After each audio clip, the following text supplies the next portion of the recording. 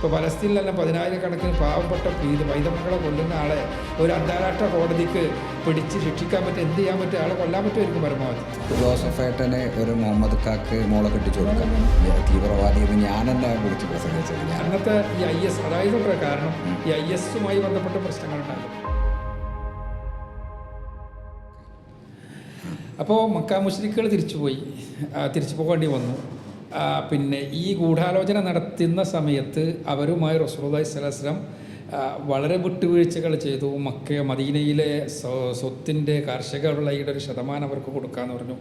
എന്നിട്ടും അവർ അവിടെ ചതിക്കാൻ വേണ്ടി രംഗത്ത് വന്നു.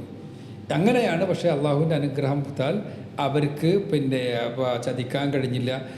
അവരിൽ തന്നെ ഭിന്നിപ്പുണ്ടായി. പിന്നെ മക്ക മുശ്രിക്കുകൾ പോയി. പിന്നെ യുദ്ധം അവസാനിച്ചു. സ്വാഭാവികമായിട്ടും ഒരു രാഷ്ട്രത്തെ പൂർണ്ണമായും തകർക്കാൻ വന്ന ആളുകളെ ചതിയിലൂടെ സഹായിച്ച ആളുകൾ എന്നുള്ള നിലക്ക് അവർക്കെതിരെ നടപടി പ്രവാചകൻ നേരിട്ടെടുക്കുകയല്ല ചെയ്തത്. അപ്പോഴും അവരോട് ചോദിച്ചു, നിങ്ങൾക്കെതിരെ എന്ത് ചെയ്യണം? അവരോടാണ്. അപ്പോൾ അവർ റസൂലുള്ളാഹി സ്വല്ലല്ലാഹു അലൈഹി വസല്ലമയോട് പറയാണ്, അവരുടെ ഒരു സഖ്യകക്ഷിയുണ്ട്. സഖ്യകക്ഷി എന്ന് പറഞ്ഞാൽ അവിടുത്തെ ഓരോ ഗോത്രങ്ങളും സഖ്യകക്ഷി ഉണ്ടാവും. ആ സഖ്യകക്ഷികളിൽപ്പെട്ട ഇബ്നു സഅദിനെ അദ്ദേഹത്തിൻ്റെ നിയമം ഞങ്ങൾ അനുസരിക്കും, അദ്ദേഹം എന്ത് പറഞ്ഞാലും. അപ്പോൾ റസൂലുള്ളാഹി സ്വല്ലല്ലാഹു അലൈഹി വസല്ലം സമ്മതിച്ചു. അദ്ദേഹം നിർദ്ദേശിച്ചു ഇവർക്കെതിരെ ശക്തമായ നടപടി ഉണ്ടാവണം. ആ നടപടിയാണ് റസൂലുള്ളാഹി സ്വല്ലല്ലാഹു അലൈഹി വസല്ലം ചെയ്തത്. അതും അദ്ദേഹം ബൈബിളിൻ്റെ അടിസ്ഥാനത്തിലാണ് വിധിച്ചത്. തൗറാത്തിൻ്റെ അടിസ്ഥാനത്തിലാണ് അദ്ദേഹം വിധിച്ചത്.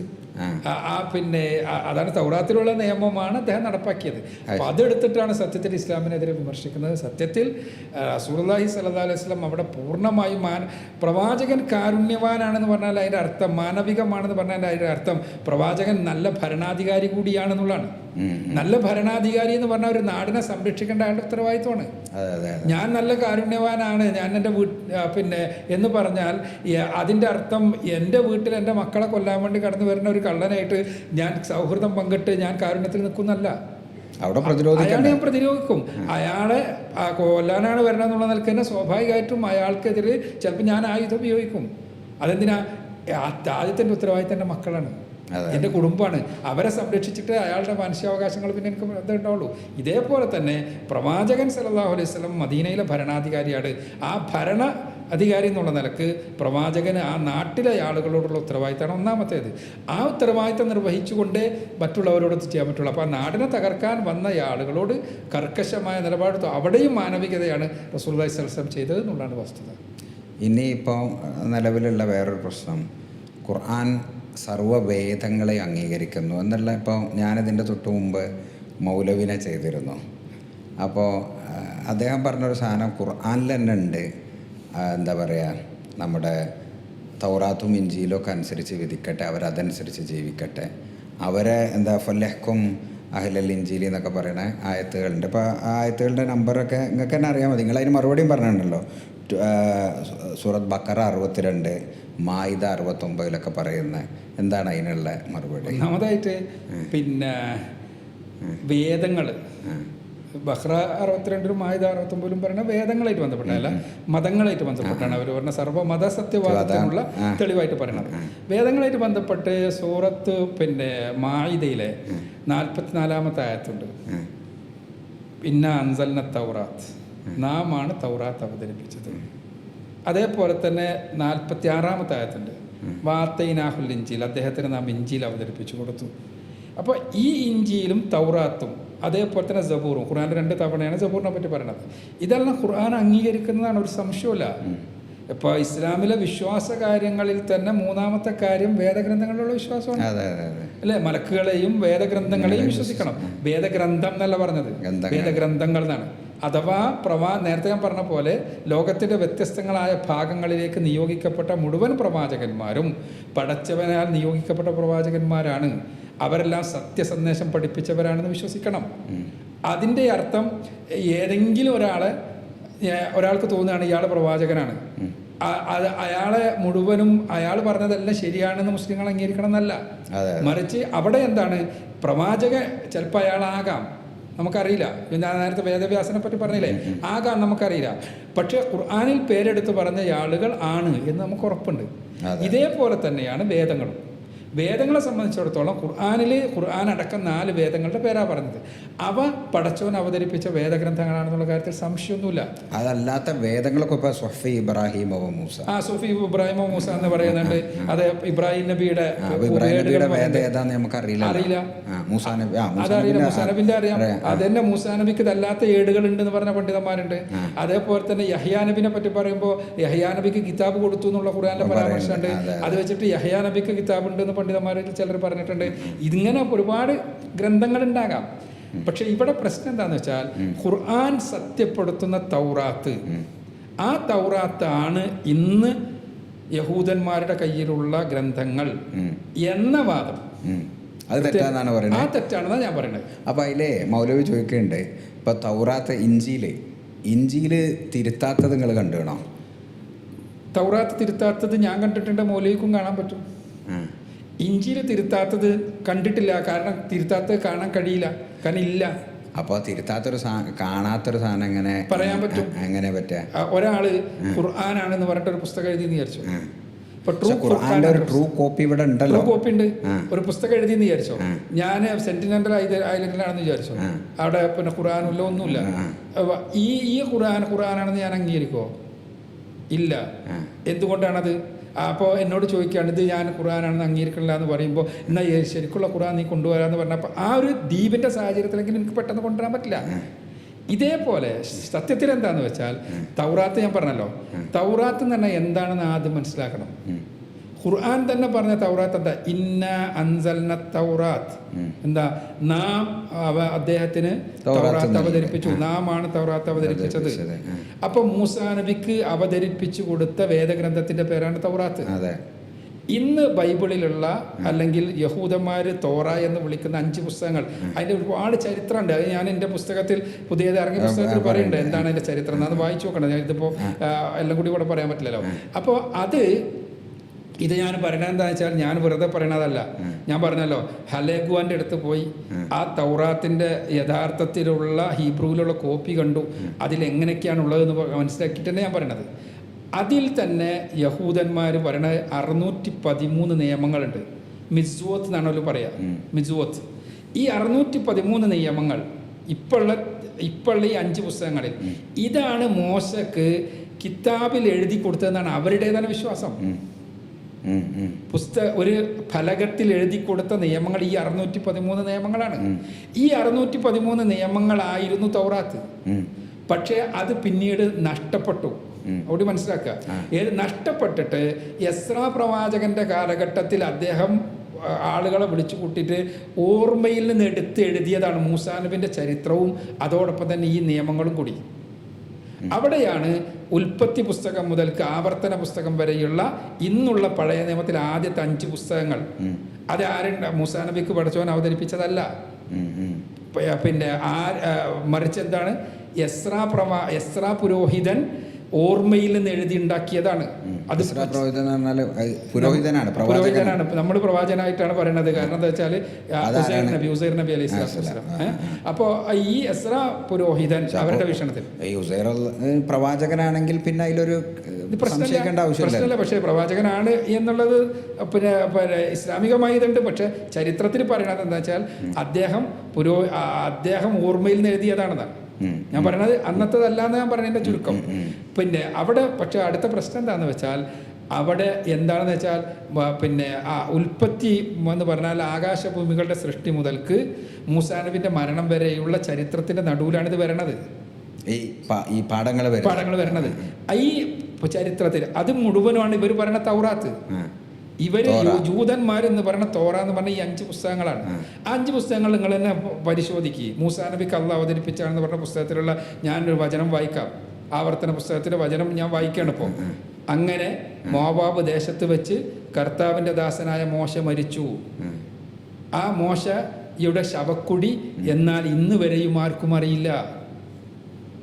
അദ്ദേഹത്തെ പോലെ ഒരു പ്രവാചകൻ പിന്നീട് ഇസ്രായേലിൽ ഉണ്ടായിട്ടില്ല. ഇതെല്ലാം ഈ പറഞ്ഞ തോറയിലുള്ളതാണ്. ഇതെല്ലാം മൂസാ നബിക്ക് അള്ളാഹ് അവതരിപ്പിച്ചാണോ? മൂസാനബിക്ക് അവതരിപ്പിച്ചാണ് തോറ. അത് ശരി. ഇപ്പൊ ഈ 612 നിയമങ്ങൾ ഇപ്പൊ അവിടെ ഇല്ലേ? 13 നിയമങ്ങൾ നമ്മളും അംഗീകരിക്കുന്നതാണ്. ഇപ്പോഴും നമ്മൾക്ക് അംഗീകരിക്കാവുന്ന നിയമങ്ങളാണതല്ലോ, ഒരു പ്രശ്നമില്ല. ഖുറാനിലെ നിയമങ്ങളുമായി യോജിച്ച് വരുന്ന നിയമങ്ങൾ തന്നെയാണ് അതിൽ 98% എന്നുള്ളതാണ് ഞാൻ മനസ്സിലാക്കുന്നത്. അപ്പൊ പിന്നെ നമ്മൾ അവരോട് ഒരു സന്ധിയുടെ അല്ലേ സാധ്യത? സന്ധിക്ക് പ്രശ്നമൊന്നുമില്ലല്ലോ. പക്ഷെ എന്താന്ന് വെച്ചാൽ ഈ 5 പുസ്തകങ്ങളും പൂർണ്ണമായിട്ട് അംഗീകരിക്കണം, അത് മുഴുവൻ തോറയാണെന്ന് ഒരു വാദം വിട്ടാൽ ഇപ്പൊ ഈ 612 നമുക്ക് അംഗീകരിക്കാവുന്ന വാദങ്ങൾ നമ്മൾ പറയണുണ്ടല്ലോ, ഖുർആൻ തന്നെ പറയണാണല്ലോ എന്ത് നമുക്ക് അംഗീകരിക്കാവുന്ന. വിശ്വസിച്ചതിന്റെ പേരിൽ അവർ നരകത്തിൽ പോകുന്നോ, അവർക്ക് മോക്ഷം കിട്ടൂല എന്നോ നമ്മൾ അല്ല, അവിടെ പ്രശ്നമുണ്ട്. എന്താണ്? അവര് മുഹമ്മദ് നബി അംഗീകരിക്കണില്ല എന്നുള്ള പ്രശ്നമുണ്ട്. മുഹമ്മദ് നബിയെ കുറിച്ച് തൗറാത്തിൽ തന്നെ പറഞ്ഞിട്ടുണ്ട്. തൗറാത്തിൽ മുഹമ്മദ് നബിയെ കുറിച്ച് പറഞ്ഞിട്ടുണ്ടെന്ന് ഖുർആൻ പറഞ്ഞിട്ടുണ്ട്. ഖുർആനിലെ 7-ാമത്തെ അധ്യായം സൂറത്ത് അറാഫിലെ 157-ാമത്തെ വചനത്തിൽ വളരെ കൃത്യമായിട്ട് പറയുന്നുണ്ട് മുഹമ്മദ് നബിയെ കുറിച്ച് തൗറാത്തിൽ പറഞ്ഞിട്ടുണ്ടെന്ന്. ആ മുഹമ്മദ് നബി അംഗീകരിക്കണമെന്ന് ആ ആയത്തിൽ തന്നെ പറയുന്നുണ്ട്. ആ മുഹമ്മദ് നബിയെ അവർ അംഗീകരിക്കണില്ല, മുഹമ്മദ് നബിയെ തള്ളിക്കളിയാണ്. അവിടെയാണ് പ്രശ്നം. അവർ അംഗീകരിക്കുകയാണെങ്കിൽ അത് സംശയമില്ല. കാരണം മുഹമ്മദ് നബിനെ അംഗീകരിക്കുകയാണെങ്കിൽ ഇസ്ലാം അനുസരിച്ച് അവർ ജീവിക്കേണ്ടി വരുമല്ലോ. മുഹമ്മദ് നബിനെ അംഗീകരിച്ച ആളുകൾ പിന്നീട് യഹൂദന്മാരിൽ തന്നെ മുഹമ്മദ് നബിനെ അംഗീകരിച്ച ആളുകൾ ഉണ്ടായിരുന്നല്ലോ, അബ്ദുല്ലാഹിബിൻ സലാമിനെ പോലുള്ള ആളുകൾ. അവർ ഇസ്ലാം അനുസരിച്ചാണ്, മുസ്ലിമായിട്ടാണ് മരണപ്പെട്ടത്. അവരെ പറ്റിയ ഖുർആനിലുള്ള ആയത്തുകളുണ്ട്, അതെല്ലാം എടുത്തിട്ടാണ് പലപ്പോഴും തെറ്റിദ്ധരിപ്പിക്കപ്പെടുന്നത്. സത്യത്തിൽ എന്താണെന്ന് വെച്ചാൽ ഖുർആനിൽ നിങ്ങളുടെ കയ്യിൽ തൗറാത്തുണ്ട് എന്ന് പറഞ്ഞിട്ടുണ്ട്. അതെന്തിനാ പറഞ്ഞത്? ഓര് ചില നിയമങ്ങൾ റസൂലുള്ളാഹി സ്വല്ലല്ലാഹു അലൈഹി വസല്ലമയെ പറ്റിക്കാൻ വേണ്ടി, റസൂലുള്ളാഹി സ്വല്ലല്ലാഹു അലൈഹി വസല്ലമയെ ചോദ്യം ചെയ്യാൻ വേണ്ടി, റസൂൽ എത്രത്തോളം വിവരമുള്ള ആളാണെന്ന് നോക്കാൻ വേണ്ടി അവർ ചോദിക്കുകയാണ് റസൂലിൻ്റെ അടുത്ത് വന്നിട്ട്.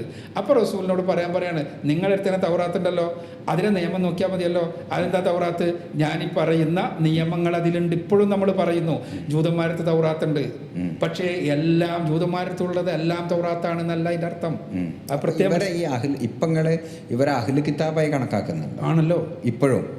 ഇപ്പോഴത്തെ ക്രിസ്ത്യൻസും ഇപ്പോഴത്തെ ജൂതന്മാരും ക്രിസ്ത്യാനികളും ഈ അഹ്ലു കിതാബിനോടുള്ള എല്ലാ സംവിധാനവും അവർക്ക് ബാധകമാണ്. അവർ മുശ്രിക്കുകളല്ല. അവർ മുശ്രിക്കുകളല്ലല്ലോ. അവർ മുശ്രിക്കുകളായിട്ട് ഖുർആൻ പറഞ്ഞിട്ടില്ല, അതേപോലെ തന്നെ ഹദീസുകൾ പറഞ്ഞിട്ടില്ല. മുശ്രിക്കുകൾ ശിർക്ക് ചെയ്യുന്നുണ്ട് എന്ന് പറഞ്ഞിട്ടുണ്ട്. പക്ഷെ അവര് പിന്നെ എന്താണ് അഹ്ലു കിതാബ് എന്നുള്ള ഗണത്തിലാണ് പെടുത്തിയിട്ടുള്ളത്. അതേപോലെ തന്നെ നേരത്തെ പറയുന്നത് ഞാനൊന്ന് മുഴുവനാക്കട്ടെ. തൗറാത്തിന്റെ മൈൻഡ് ഇഞ്ചീലിന്റെ കാര്യത്തിൽ ഇതിൽ നിന്ന് തികച്ചും വ്യത്യസ്തമാണ്. ഇഞ്ചീൽ എന്ന് പറഞ്ഞാൽ ഈസാ നബിക്ക് അള്ളാഹു അവതരിപ്പിച്ച ഗ്രന്ഥാണ്. അങ്ങോട്ടാണ് അറബി ഭാഷ അറിയാൻ ഈസാ നബിയിലേക്കാണ് പോണത്. അപ്പോൾ ആ ഈസാ നബിക്ക് നാം ഇഞ്ചീൽ അവതരിപ്പിച്ചു എന്ന് പറയണത്. ഇന്നുള്ള ബൈബിളിൽ അവർ പറയേണ്ടത് അതാണ്. ഇങ്ങനെ പറയുന്ന ആളുകൾ ഇന്നുള്ള ബൈബിളിൽ ഈസാ നബിക്ക് അവതരിപ്പിച്ചത് എന്താണുള്ളത്? മത്തായിയുടെ സുവിശേഷമാണ്. അത് മത്തായി എഴുതിയതാണ് ക്രിസ്തുവിന് 665 കൊല്ലങ്ങൾക്ക് ശേഷം. അതിലേറ്റവും പഴയതായിട്ട് പറയണത് പിന്നെ ഈ എന്താണ് മാർക്കോസിൻ്റെ സുവിശേഷമാണ്. അതിന് ഏറ്റവും ചുരുങ്ങിയത് 43 വർഷത്തെ പഴക്കമുണ്ട്. പിന്നെ ആ 4 സുവിശേഷങ്ങൾ കഴിഞ്ഞാൽ പിന്നെ അപ്പോസ്തല പ്രവർത്തികളാണ്. അതെന്താണ്? അപ്പോസ്തലന്മാരുടെ പ്രവർത്തനങ്ങളാണ്. പിന്നീടുള്ളത് പൗലോസിൻ്റെ ലേഖനങ്ങളാണ്. ഇതെല്ലാം അടങ്ങുന്ന 27 പുസ്തകങ്ങളാണ് ഇന്നത്തെ ന്യൂ ടെസ്റ്റ്മെൻറ്റ്. അതെല്ലാമാണോ ഇഞ്ചീൽ? ഈസാ നബിക്ക് അള്ളാഹു അവതരിപ്പിച്ചു എന്ന് പറഞ്ഞ ഇഞ്ചീൽ അതനുസരിച്ച് ജീവിക്കണം എന്നാണോ പറയണത് ഖുർആൻ? ഇവിടെയാണ് പ്രശ്നം. ഇവിടെ ഖുർആൻ പറയണത് എന്താണ്? ഇഞ്ചീലിൻ്റെ ആളുകൾ, നിങ്ങളടുത്ത് ഇഞ്ചീലുണ്ട് എന്നല്ല പറഞ്ഞ ഖുർആൻ. പ്രത്യേകം മനസ്സിലാക്കുക, ഇഞ്ചീലിൻ്റെ ആളുകൾ അവരിപ്പോഴും നമ്മൾ പറയുന്നു അവർ ഇഞ്ചീലനുസരിച്ച് ജീവിക്കട്ടെ. കാരണം ഇഞ്ചീലനുസരിച്ച് ഇപ്പോഴുള്ള ഇഞ്ചീലിൽ ഇപ്പോൾ ഉള്ള അവരുടെ അടുത്തുള്ള പുതിയ നിയമത്തിൽ ഇഞ്ചീൽ അതനുസരിച്ച് അവർ ജീവിക്കുകയാണെങ്കിൽ പോലും അവർ മുസ്ലിങ്ങളാകുന്നുള്ളതാണ് സത്യം. കാരണം ഒന്നാമത് അതിൽ പറയണത് എന്താണ്? ഈസാ നബി പറയുന്നതായിട്ട് പറയണത് എന്താണ്? ഏകനായ ദൈവം എന്നുള്ള തത്വമാണ്, ത്രിത്വമല്ല. ഈസാ നബി പഠിപ്പിക്കണത് എന്താണ്? പിന്നെ ആരാധ്യനായ ഏകദൈവം മാത്രമേ ഉള്ളൂ എന്നാണ്. ഞങ്ങൾക്ക് നമ്പർ അടക്കം പറയാൻ പറ്റും, ഇപ്പോൾ അതല്ലല്ലോ. പിന്നെ അതേപോലെ തന്നെ ഈസാ നബി പ്രാർത്ഥിച്ചത് എങ്ങനെയാണ്? മുസ്ലിങ്ങൾ നിസ്കരിക്കണ രൂപത്തിലാണ്, സുജൂദ് ചെയ്തിട്ടാണ് പ്രാർത്ഥിച്ചത്. ഈസാ നബി ആളുകളെ കണ്ടപ്പോൾ അഭിവാദ്യം ചെയ്തത് എങ്ങനെയാണ്? അസ്സലാമു അലൈക്കും എന്നാണ് അഭിവാദ്യം ചെയ്തത്. ഇപ്പോഴുള്ള പുതിയ നിയമം അനുസരിച്ചാണ് പറയണത്. അതേപോലെ തന്നെ ഈസാ നബി അലൈഹി സ്വലാത്തു വസ്സലാമിനെ പരിചയമില്ലാത്ത കാര്യമാണ് ഇവരിപ്പോൾ പഠിപ്പിച്ചുകൊണ്ടിരിക്കുന്ന ആദിഭാവം എന്നുള്ള സിദ്ധാന്തം. ഇപ്പോഴുള്ള പുതിയ നിയമത്തിൽ നമുക്ക് മനസ്സിലാവും. അതേപോലെ തന്നെ ഈസാ നബി വരാനിരിക്കുന്ന പ്രവാചകനെക്കുറിച്ച്, മുഹമ്മദ് നബിയെക്കുറിച്ച് പറഞ്ഞിട്ടുണ്ട്. അത് ഇപ്പോഴുള്ള പുതിയ നിയമത്തിൽ നിന്ന് മനസ്സിലാവും. ഇപ്പോഴുള്ള പുതിയ നിയമത്തിൽ ഈസാ നബി അലൈഹി സ്വലാത്തു വസ്സലാം പറഞ്ഞതായി ഉള്ള ഭാഗങ്ങൾ അനുധാവനം ചെയ്താൽ അവർ സ്വാഭാവികമായിട്ടും ഇസ്ലാമിൽ എത്തിച്ചേരും. സ്വാഭാവികമായിട്ട് എത്തിച്ചേരും. കാരണം അവരെ എല്ലാ കാര്യങ്ങളും ഈവൺ എത്രത്തോളം ഇപ്പോൾ പരിച്ഛേദന ഒരു മുസ്ലിമിന് എന്ന് പറഞ്ഞാൽ സുന്നത്ത് നമ്മൾ കഴിക്കുന്ന പറയല്ലോ, യേശു ക്രിസ്തു പരിച്ഛേദന ചെയ്തിട്ടുണ്ട്. അദ്ദേഹത്തിൻ്റെ ശിഷ്യന്മാരെല്ലാം പരിച്ഛേദന ചെയ്തിട്ടുണ്ട്. അവരായിട്ട് പൗലോസിനുണ്ടായ പ്രശ്നം തന്നെ, അവരും യേശുവിൻ്റെ ശിഷ്യന്മാരും പിന്നീട് ഇന്നത്തെ ക്രിസ്തു മതത്തിൻ്റെ അടിത്തറ ഉണ്ടാക്കിയ ആൾ പൗലോസാണ്. ആ പൗലോസും അന്നത്തെ ബാക്കിയുള്ള ശിഷ്യന്മാരും തമ്മിലുള്ള പ്രശ്നം തന്നെ എന്തായിരുന്നു എന്ന് വെച്ചാൽ, പൗലോസ് പറഞ്ഞു പരിച്ഛേദന അത്ര പ്രശ്നമുള്ള ഒന്നുമല്ല. യേശുവിൽ നിന്ന് മതം പഠിച്ച ശിഷ്യന്മാർ പറഞ്ഞു പരിച്ഛേദന എന്നുള്ള ഒരിക്കലും ഒഴിവാക്കാൻ പറ്റൂല. ഇതായിരുന്നു അവർ തമ്മിലുള്ള പ്രശ്നം. ഞാൻ പറഞ്ഞു വരുന്നത് എന്താണെന്ന് വെച്ചാൽ, ഇതല്ല ഇസ്ലാം പറഞ്ഞതെല്ലാം യേശു പറഞ്ഞ ഒരുവിധം എല്ലാ കാര്യങ്ങളും ഇപ്പോൾ ബൈബിൾ പ്രകാരം തന്നെ ഉള്ള കാര്യങ്ങൾ ഖുർആൻ അംഗീകരിക്കുന്നതാണ്, ഇസ്ലാം അംഗീകരിക്കുന്നതാണ്. അപ്പോൾ അതനുസരിച്ച് അവർ ജീവിച്ചാൽ അവർ സ്വാഭാവികമായിട്ട് ഇസ്ലാമിലെത്തും. കാരണം മുഹമ്മദ് നബി വരും എന്ന് പറയുന്നു. മുഹമ്മദ് നബി പറയുന്നുണ്ടോ? പുതിയ നിയമത്തിൽ തന്നെ പറയുന്നു. യോഹന്നാന്റെ സുവിശേഷത്തിൽ വളരെ കൃത്യമായി, ഞാൻ പോകുന്നത് നിങ്ങൾക്ക് നന്മക്കാണ്, ഞാൻ പോയാൽ സഹായകൻ നിങ്ങളുടെ അടുക്കിലേക്ക് വരും, കാര്യസ്ഥൻ വരും. ആ കാര്യസ്ഥൻ എന്നുള്ള പദം ഉപയോഗിച്ച പെരിക്ലീറ്റസ് പാരക്ലിറ്റോസ് എന്നല്ലാണ്. അവിടെ നമ്മൾ അതിൻ്റെ റൂട്ടിലേക്ക് പോയാൽ അഹമ്മദ് എന്നാണ് ഈസാ നബി പറഞ്ഞത് നമുക്ക് മനസ്സിലാക്കാൻ പറ്റും.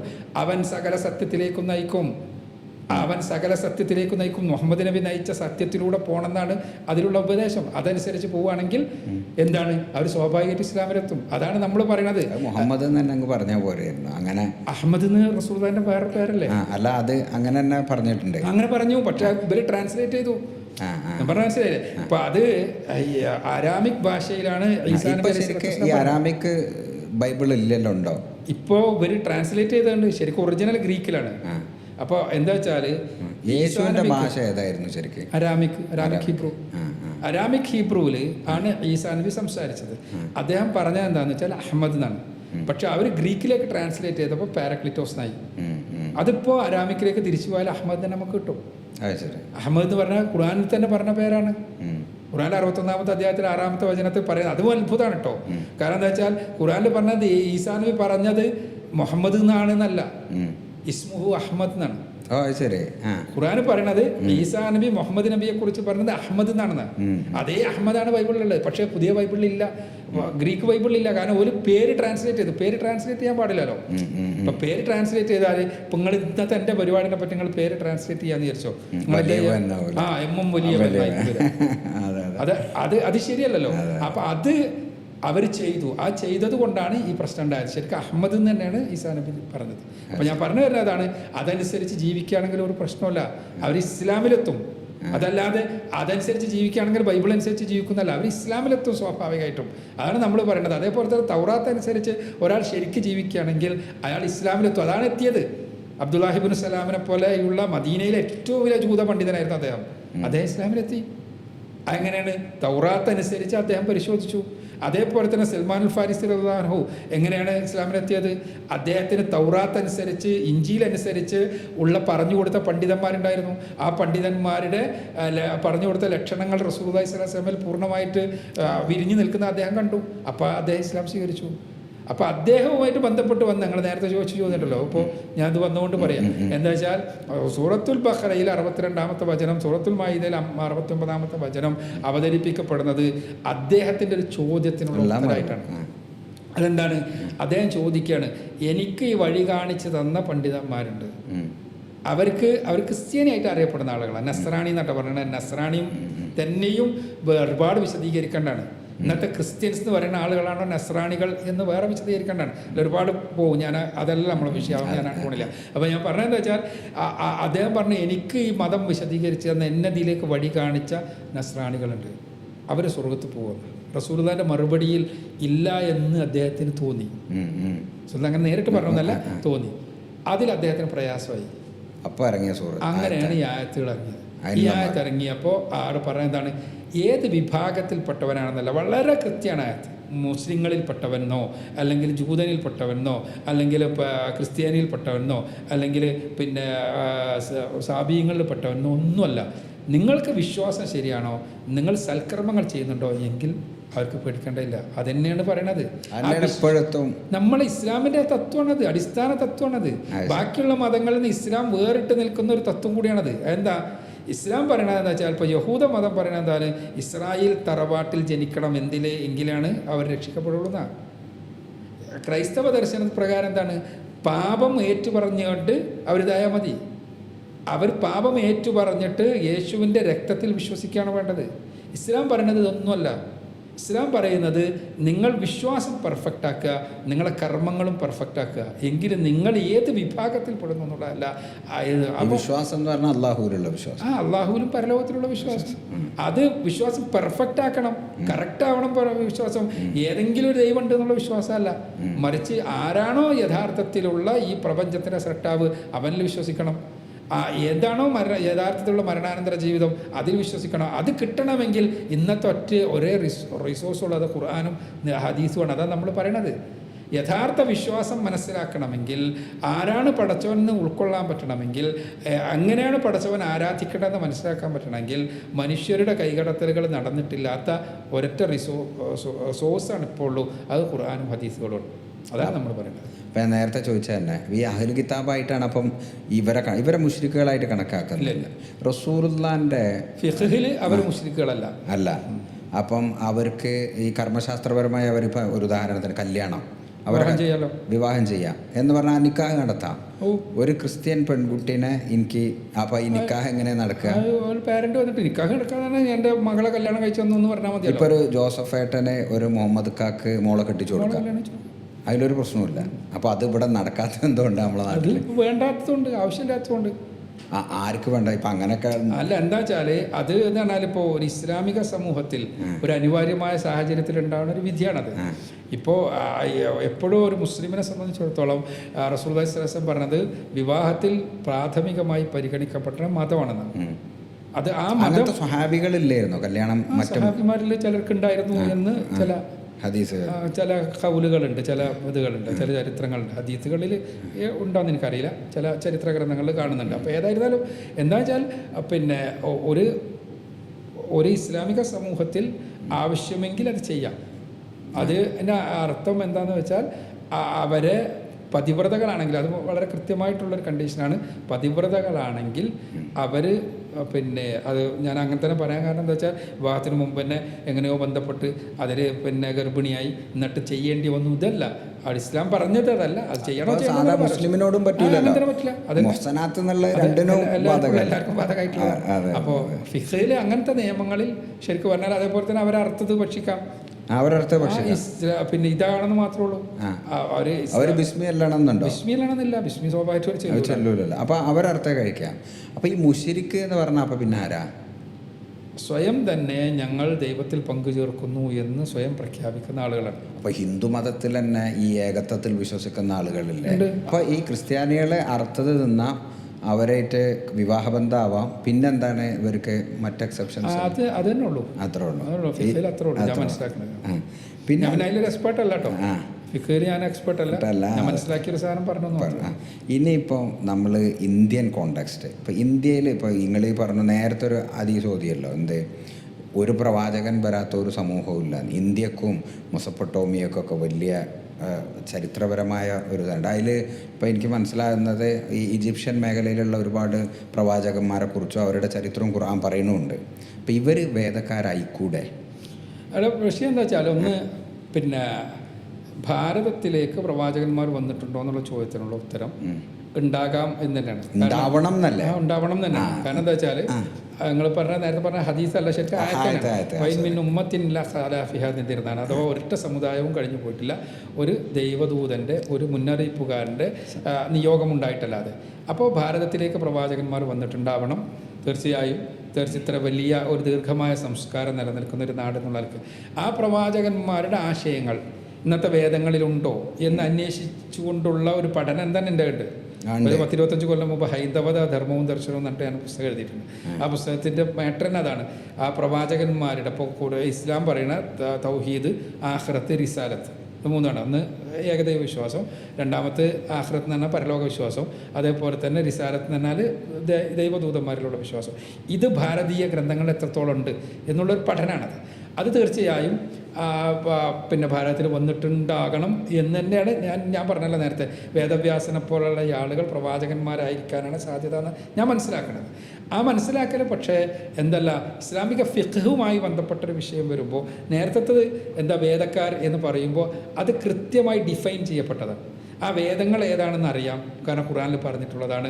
റസൂലുള്ളാഹി സ്വല്ലല്ലാഹു അലൈഹി വസല്ലം തന്നെ ഇവരെ വേദക്കാരാണ് എന്ന് പറഞ്ഞ് നിർദ്ദേശിച്ചതാണ്. അതല്ലാത്തൊരു വിഭാഗത്തെ നമ്മൾ ഗവേഷണം ചെയ്തിട്ട് അവർ വേദക്കാരാണ് അല്ലോ എന്ന് നമുക്ക് ഒരു ഫിഖ്ഹുമായിട്ട് ബന്ധപ്പെട്ട് പറയാൻ കഴിയില്ല. കാരണം അങ്ങനെ ആകുമ്പോൾ എന്താ വെച്ചാൽ നമുക്ക് നിയമങ്ങൾക്കൊരു അടിത്തറ ഉണ്ടാവില്ല. അവിടെ എന്താണെന്ന് വെച്ചാൽ അത് ഫിഖ്ഹിന് എന്താ റസൂലുള്ളാഹി സ്വല്ലല്ലാഹു അലൈഹി വസല്ലം ആരൊക്കെ അംഗീകരിച്ചോ അവരെ ആ രൂപത്തിൽ അംഗീകരിക്കാൻ കഴിയുള്ളൂ. അതേസമയം ഇത് എന്ന് പറയുന്നത് ഞാൻ പറഞ്ഞല്ലോ, അവരെല്ലാം വേദക്കാരെന്നുള്ള നിലക്ക് വന്നിട്ടുണ്ട്, വേദക്കാരായിരിക്കാം അവർ. പിന്നെ അതുകൊണ്ട് തന്നെ നമുക്ക് ഒരിക്കലും എന്തുണ്ടാകാൻ പാടില്ല, ഒരു ഭാരതത്തിലോ എല്ലാം ഉള്ളൊരു മഹാപുരുഷനെ പറ്റി പറയുമ്പോൾ അവരൊരിക്കലും ഒരു പരിഹസിക്കാനോ അപഹസിക്കാനോ ഒരിക്കലും പാടില്ല എന്നുള്ളതാണ്. പിന്നെ അതേപോലെ മുർത്തദ്, ഇപ്പം ഒരു പ്രധാനപ്പെട്ട ഇനിയിപ്പോൾ എക്സ് മുസ്ലിങ്ങളൊക്കെ ഉയർത്തുന്ന ഒരു സാധനം, ആരാണ് മുർത്തദ്? മുർത്തദിൻ്റെ വിധി എന്താണ്? മുർത്തദ് എന്ന് പറഞ്ഞാൽ എന്താ? മതത്തിൽ നിന്ന് പുറത്തു പോയ ഒരാൾ.